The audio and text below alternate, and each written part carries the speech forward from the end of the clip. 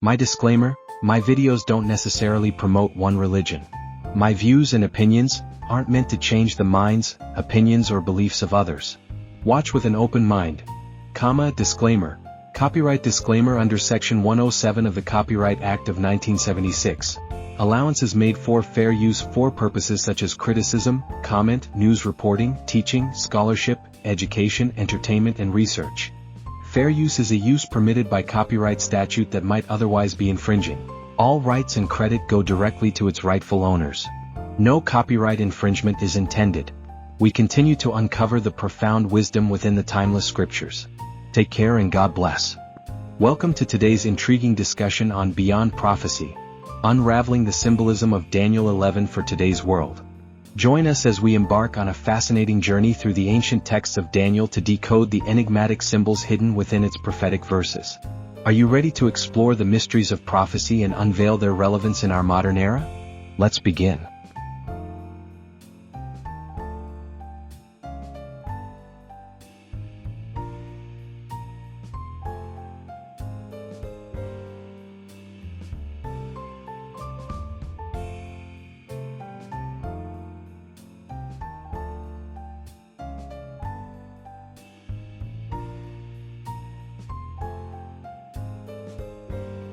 The Book of Daniel, an awe-inspiring collection of prophetic visions, has captivated scholars and believers alike for centuries.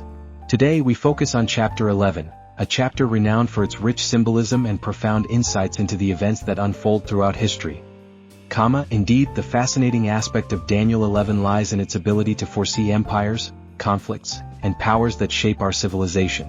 It encompasses the rise and fall of kingdoms, leaders, and even spiritual forces.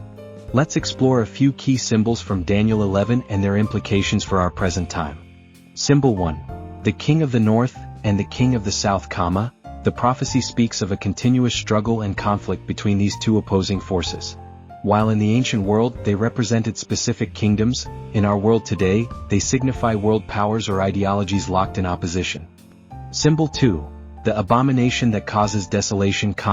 This symbol, recurrent in Daniel's prophecy, refers to a destructive force that defiles sacred spaces. In our modern era, it represents the pervasive influence of materialism, corruption, and moral decay that threaten to erode the fabric of society. Symbol 3. The time of the end. Daniel 11 highlights a critical period of intense upheaval and spiritual awakening that directly aligns with our present age. It signals a time wherein the world experiences significant geopolitical changes, moral dilemmas, and a deep yearning for higher truths. As we delve deeper into the symbolism of Daniel 11, it becomes evident that the challenges faced by our world today parallel the struggles uniquely envisioned by this ancient prophet. Scholars, historians, and believers continue to unlock the mysteries of prophecy, piecing together the intricate puzzle that spans centuries. Their research not only enlightens us about the past but also offers guidance for navigating our complex world. The symbolism of Daniel 11, far from being confined to a bygone era, reveals its profound relevance for today's world. Through unraveling these enigmatic prophecies, we gain wisdom, insight, and hope for a brighter future. But the people who know their God shall stand firm and take action. Daniel 11 verse 32.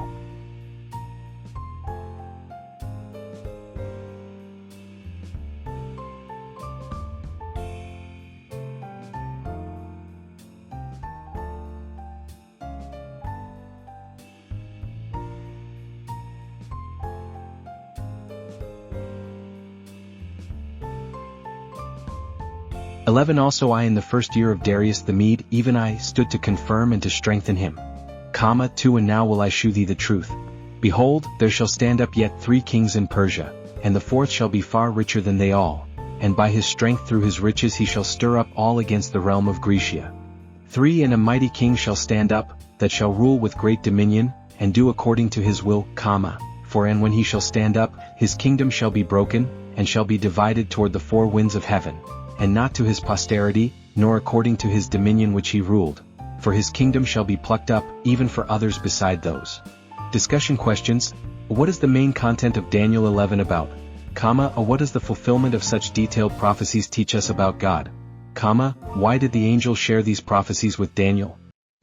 Why was it important for the Jews to know these things were going to happen? Who is I in verse 1, who is the mighty king in verse 3, how was verse 4 fulfilled in history?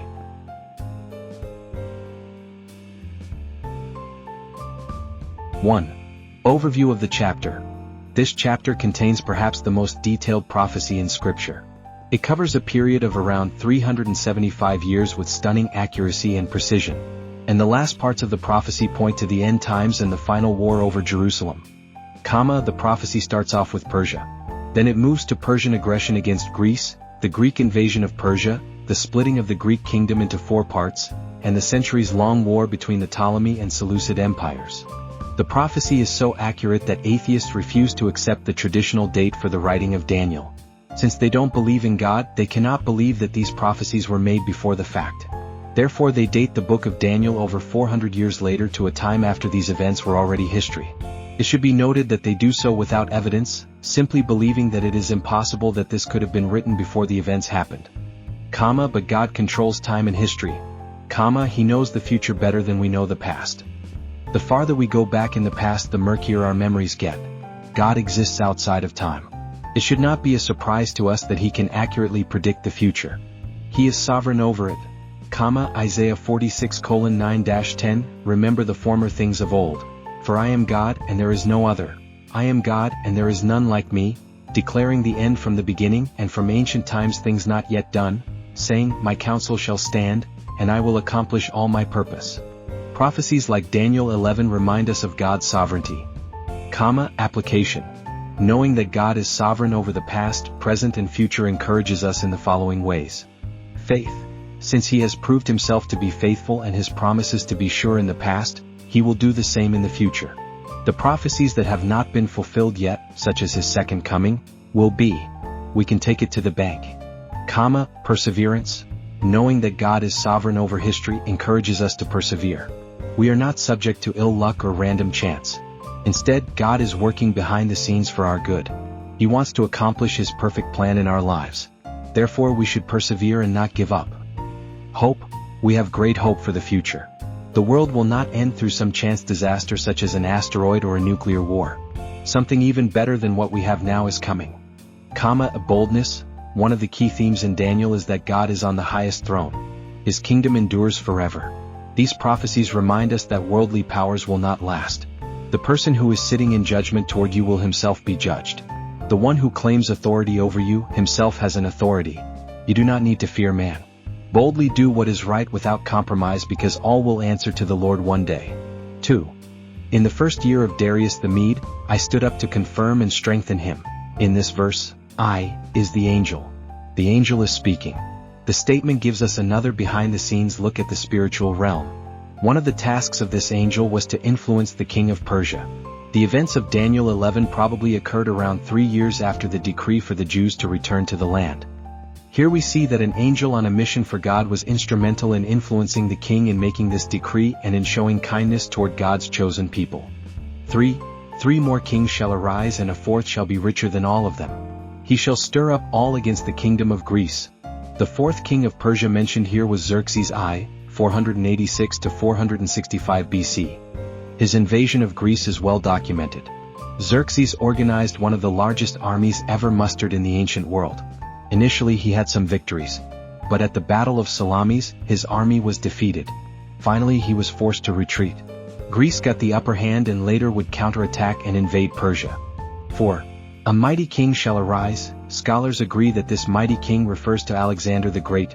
The Jewish historian Josephus records an amazing encounter between Alexander and the high priest. Alexander often allowed his army to ransack cities he conquered.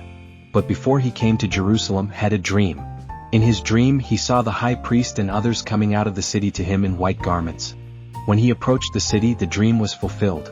The high priest actually showed Alexander the prophecies in the book of Daniel concerning a mighty Greek ruler who would conquer Persia. Alexander the Greek took this to refer to himself. He was so pleased that he offered sacrifice to God according to the high priest's direction. He believed it was a sign from God of his coming victory. And so, Alexander spared Jerusalem and continued his conquest of the Persians. For a detailed account of this story, read Josephus' Antiquities of the Jews, Book 11, Chapter 8. https://penelope.uchicago.edu/josephus/ant-11.html. 5. Verse 4. Daniel 11:4. And as soon as he has arisen, his kingdom shall be broken and divided toward the four winds of heaven, but not to his posterity, nor according to the authority with which he ruled, for his kingdom shall be plucked up and go to others besides these. Alexander's kingdom was divided into four parts upon his early and untimely death. However, it was not passed to his posterity. Alexander had no child and no heir. The kingdom instead went to four of his generals.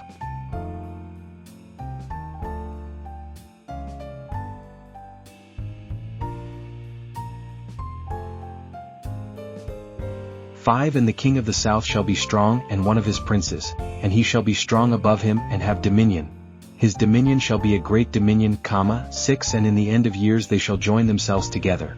For the king's daughter of the south shall come to the king of the north to make an agreement, but she shall not retain the power of the arm, neither shall he stand nor his arm, but she shall be given up, and they that brought her, and he that begot her, and he that strengthened her in these times, 7 But out of a branch of her roots shall one stand up in his estate, which shall come with an army, and shall enter into the fortress of the king of the north, and shall deal against them, and shall prevail. 8 And shall also carry captives into Egypt their gods, with their princes, and with their precious vessels of silver and of gold, and he shall continue more years than the king of the north, 9 So the king of the south shall come into his kingdom, and shall return into his own land, 10 But his sons shall be stirred up, and shall assemble a multitude of great forces, and one shall certainly come and overflow and pass through, then shall he return and be stirred up, even to his fortress. 11 And the king of the south shall be moved with choler, and shall come forth and fight with him, even with the king of the north, and he shall set forth a great multitude, but the multitude shall be given into his hand, 12 And when he hath taken away the multitude, his heart shall be lifted up, and he shall cast down many 10,000s. But he shall not be strengthened by it, 13 For the king of the north shall return, and shall set forth a multitude greater than the former, and shall certainly come after certain years with a great army and with much riches. 14 And in those times there shall many stand up against the king of the south. Also the robbers of thy people shall exalt themselves to establish the vision. But they shall fall, 15 So the king of the north shall come and cast up a mount, and take the most fenced cities. And the arms of the south shall not withstand, neither his chosen people, neither shall there be any strength to withstand, 16 But he that cometh against him shall do according to his own will, and none shall stand before him, and he shall stand in the glorious land, which by his hand shall be consumed. 17 He shall also set his face to enter with the strength of his whole kingdom, and upright ones with him. Thus shall he do, and he shall give him the daughter of women, corrupting her, but she shall not stand on his side, neither be for him, 18 After this shall he turn his face unto the isles, and shall take many, but a prince for his own behalf shall cause the reproach offered by him to cease. Without his own reproach he shall cause it to turn upon him, 19 Then he shall turn his face toward the fort of his own land, but he shall stumble and fall, and not be found, 20 Then shall stand up in his estate a raiser of taxes in the glory of the kingdom, but within few days he shall be destroyed, neither in anger nor in battle. Discussion questions. Who are the kings of the south? Who are the kings of the north? Where was Jerusalem in relation to these two kingdoms? What kind of things do you see taking place in this chapter? What are the things that motivate the key players in these events? What does this show you about the nature of man? Cross-references. 1 Timothy 6:10, For the love of money is a root of all kinds of evils. It is through this craving that some have wandered away from the faith and pierced themselves with many pangs.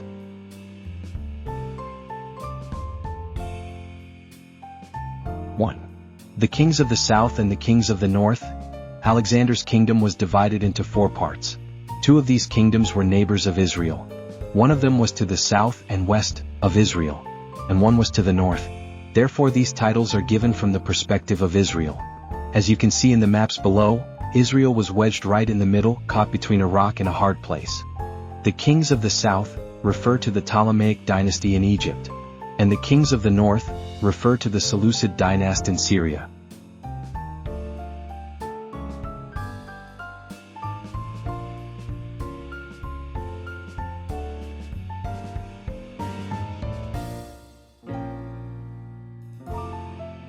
Two.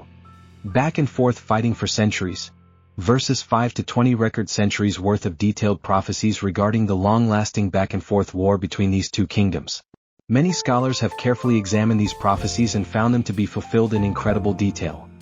While we will just hit the highlights here, you can view more details on the historical fulfillment of these prophecies here. https://lifehopeandtruth.com/prophecy/understanding-the-book-of-Daniel/11-11. Alliances, Daniel 11:6. After some years they shall make an alliance, and the daughter of the king of the south shall come to the king of the north to make an agreement. But she shall not retain the strength of her arm, and he in his arm shall not endure, but she shall be given up, and her attendants, he who fathered her, and he who supported her in those times, Daniel 11:17. He shall set his face to come with the strength of his whole kingdom, and he shall bring terms of an agreement and perform them. He shall give him the daughter of women to destroy the kingdom, but it shall not stand or be to his advantage, alliances were made but subsequently broken. Plunder, Daniel 11:8. He shall also carry off to Egypt their gods with their metal images and their precious vessels of silver and gold, and for some years he shall refrain from attacking the king of the north. Rebellion, Daniel 11:14. In those times many shall rise against the king of the south, and the violent among your own people shall lift themselves up in order to fulfill the vision, but they shall fail. Jews who were aware of the prophecies in Daniel, would seek to rebel against the Ptolemaic dynasty, but they would fail. Conquest of Israel, Daniel 11:16. But he who comes against him shall do as he wills, and none shall stand before him. And he shall stand in the glorious land, with destruction in his hand. The glorious land is a reference to Israel. This prophecy was fulfilled when Antiochus III the Great took dominion over Israel. After this point, Israel was under Seleucid rule. Insolence and pride, Daniel 11:12. His heart shall be exalted. Daniel 11:18. Afterward he shall turn his face to the coastlands and shall capture many of them, but a commander shall put an end to his insolence. Indeed, he shall turn his insolence back upon him. In these verses, we see a clue as to the motivations of these kings. They are prideful and insolent. Their ego spurs them to greater conquest and victory. Continual war was not good for their subjects. Countless people died. The kings cared not. Their tables were filled with delicacies, and the actual battles were fought by others. Nameless multitudes, 13, of people died to satisfy their unquenchable ego. Absent from this story is any desire to seek God's will. Proverbs 9:10, the fear of the Lord is the beginning of wisdom. Proverbs 4:7, the beginning of wisdom is this, get wisdom. These ruthless rulers did not fear God, and they had no desire to seek after wisdom. They were motivated by money, power, and conquest. God's chosen people were stuck in the middle and paid the price. Taxes, Daniel 11:20. Then shall arise in his place one who shall send an exactor of tribute for the glory of the kingdom. But within a few days he shall be broken, neither in anger nor in battle. How are all wars funded? Taxes. 3. Key lesson, God sometimes shows off by showing us what is going to happen in such incredible detail that it must be from him and not from man. Passages like this magnify the Lord and remind us of the supernatural inspiration of Scripture. No man can do what he does. 2 Peter 1:21. For no prophecy was ever produced by the will of man, but men spoke from God as they were carried along by the Holy Spirit.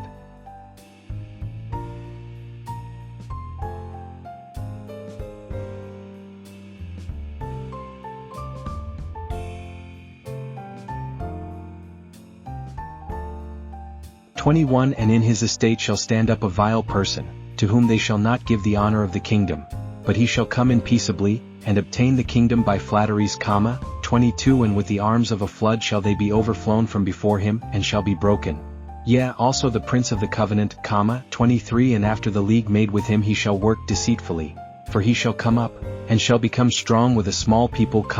24 He shall enter peaceably even upon the fattest places of the province, and he shall do that which his fathers have not done, nor his fathers' fathers.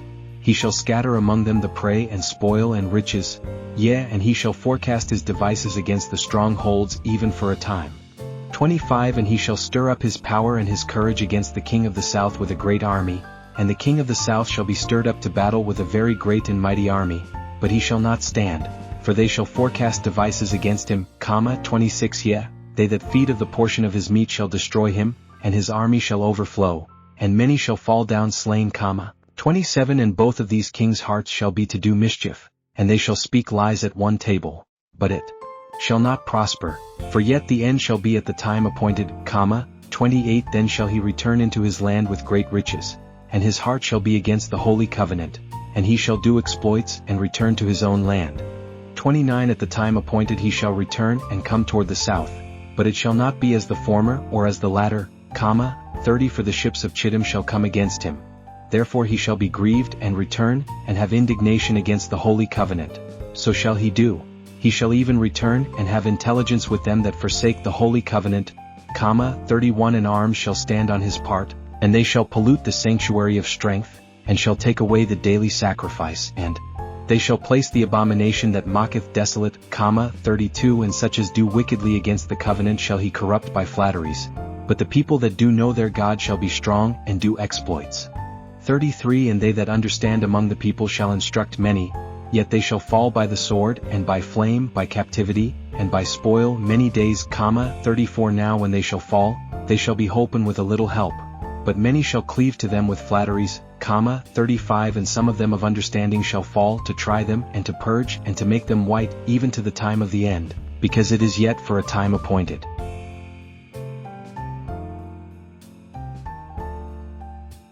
Who is the contemptible person in verse 21?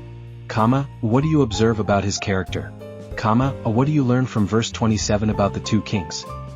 What does verse 28 mean that his heart shall be set against the holy covenant? What will happen in the new invasion against Egypt? 30. How would this leader react to his defeat? 30 to 31. How does verse 32 encourage the Jews at that time? How does it encourage all believers who face trials and persecution? How can believers be strengthened to stand firm? How does knowing God help one to stand firm? How did God use the persecution for good? 35.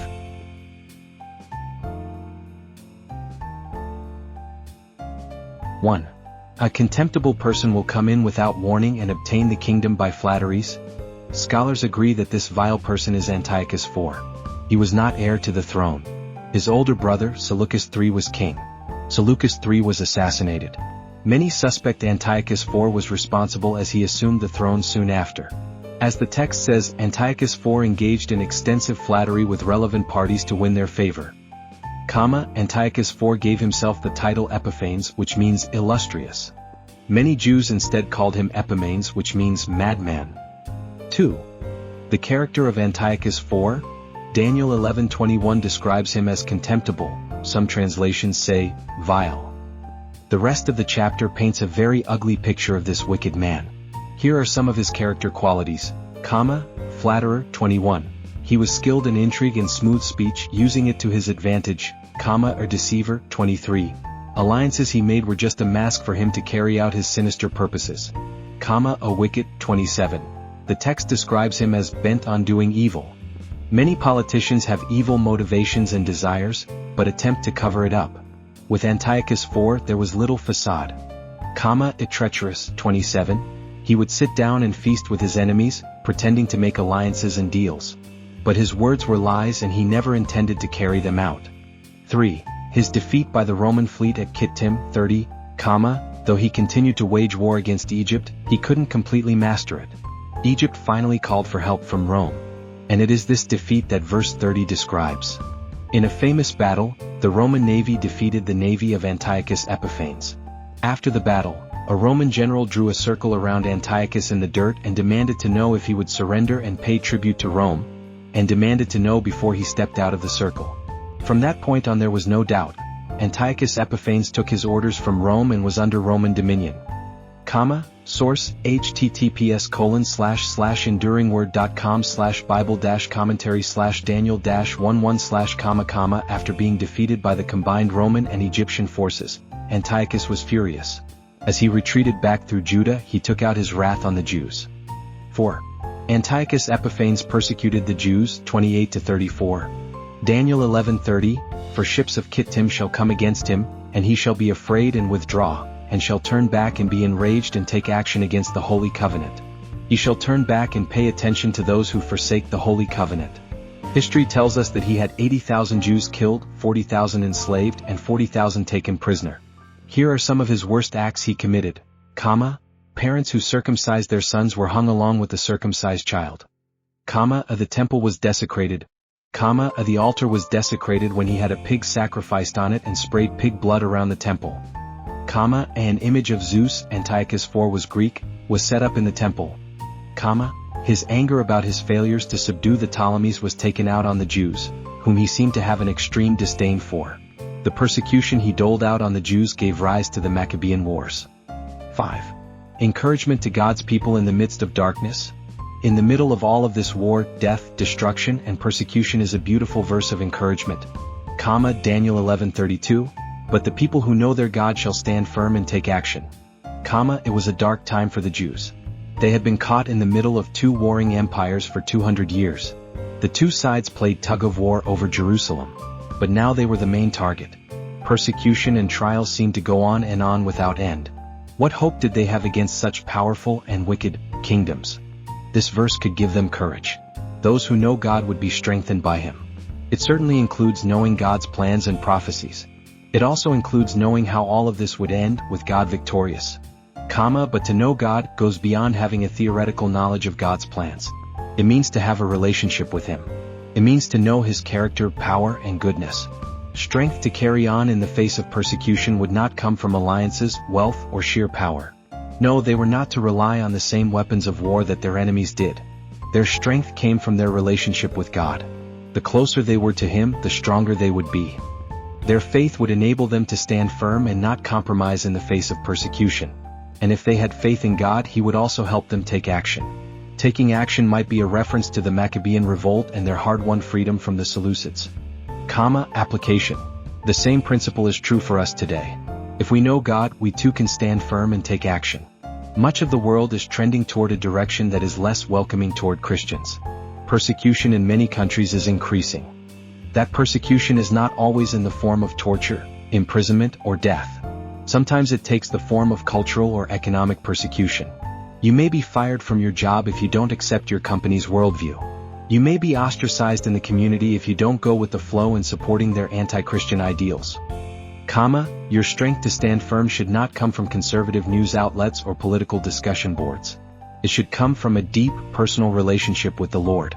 When you know the outcome, see Revelation and the return of Jesus as the triumphant King, it gives you hope and strength. And when you know God, you know he has a perfect plan for you. You know he will never leave or forsake you. And you know that the Holy Spirit is within you, and will give you the courage you need to stand firm just when you need it. Mark 13 verse 19.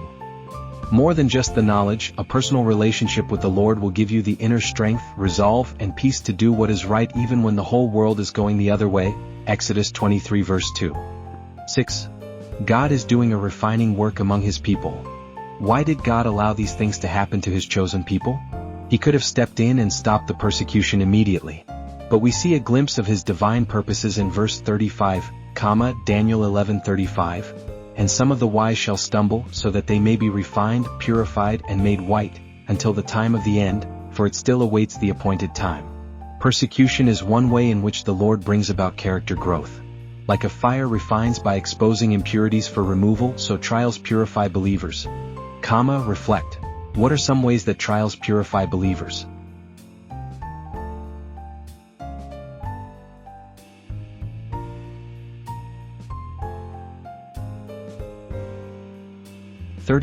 And the king shall do according to his will, and he shall exalt himself and magnify himself above every god, and shall speak marvelous things against the God of gods, and shall prosper till the indignation be accomplished. For that is determined shall be done, 37 Neither shall he regard the God of his fathers, nor the desire of women, nor regard any god, for he shall magnify himself above all, 38 But in his estate shall he honor the God of forces, and a God whom his fathers knew. Not shall he honor with gold and silver and with precious stones and pleasant things, 39 Thus shall he do in the most strongholds with a strange God, whom he shall acknowledge and increase with glory, and he shall cause them to rule over many, and shall divide the land for gain. 40 And at the time of the end shall the king of the south push at him, and the king of the north shall come against him like a whirlwind, with chariots and with horsemen and with many ships, and he shall enter into the countries and shall overflow and pass over. 41 He shall enter also into the glorious land, and many countries shall be overthrown. But these shall escape out of his hand, even Edom and Moab, and the chief of the children of Ammon, 42 He shall stretch forth his hand also upon the countries, and the land of Egypt shall not escape. 43 But he shall have power over the treasures of gold and of silver, and over all the precious things of Egypt. And the Libyans and the Ethiopians shall be at his steps, 44 But tidings out of the east and out of the north shall trouble him. Therefore he shall go forth with great fury to destroy, and utterly to make away many, 45 And he shall plant the tabernacles of his palace between the seas in the glorious holy mountain. Yet he shall come to his end, and none shall help him.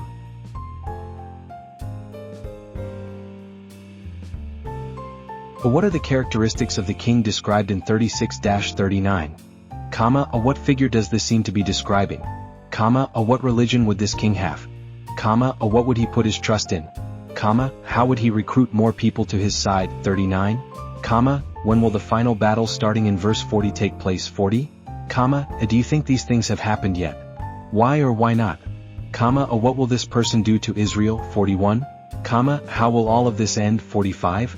What key lessons can we learn from this chapter? How does knowing the end encourage us today? If the leader who puts his trust in money and power will be ended like this, what should our attitude be toward those things? Cross-references, Revelation 13:5, And the beast was given a mouth uttering haughty and blasphemous words, and it was allowed to exercise authority for 42 months. Revelation 19:20, And the beast was captured, and with it the false prophet who in its presence had done the signs by which he deceived those who had received the mark of the beast and those who worshipped its image. These two were thrown alive into the lake of fire that burns with sulfur.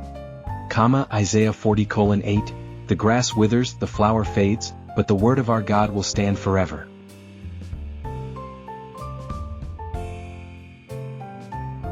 One.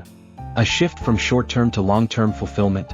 Many biblical prophecies have a short-term and long-term fulfillment. The near-term fulfillment is often smaller in scale and points to the long-term event as the ultimate climax. It is something like a person looking at two mountain peaks that are lined up. Although the one closest to him is lower in altitude because it is closer, he only sees that one.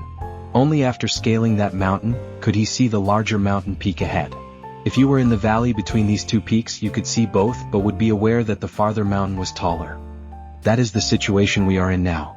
Antiochus IV Epiphanes was a type of the Antichrist to come. He was an Antichrist, foreshadowing the Antichrist still to come. As such, he had many of the same characteristics of the final Antichrist who would display them on a larger scale. While Antiochus IV desolated the temple, the Antichrist will go even further. While Antiochus IV was prideful, the Antichrist will be more so. While Antiochus IV set up an image and demanded worship of Zeus, the Antichrist will take the next step, set himself up above all gods and demand worship of himself. The text says that these things will happen in the latter days. Daniel 10 verse 14. Paul also describes these events as still future. 2 Thessalonians 2:3-4. Let no one deceive you in any way. For that day will not come unless the rebellion comes first, and the man of lawlessness is revealed, the son of destruction, who opposes and exalts himself against every so-called God or object of worship, so that he takes his seat in the temple of God, proclaiming himself to be God. Satan uses similar methods throughout history. Solomon said, There is nothing new under the sun. The end times, one world dictator will be like Antiochus IV reloaded.